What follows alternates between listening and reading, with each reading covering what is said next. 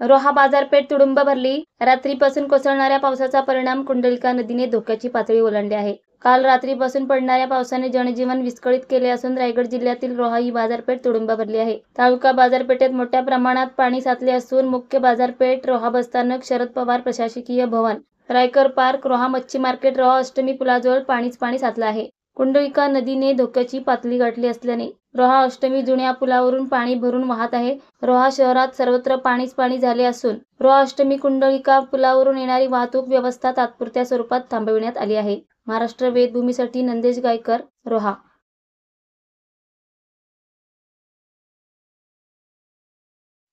ताज्या घडामोडी जाणून घेण्यासाठी आजच आपल्या महाराष्ट्र वेदभूमी न्यूज चॅनलला लाईक करा, शेअर करा, सबस्क्राईब करा आणि बेल आयकॉनवर क्लिक करायला विसरू नका.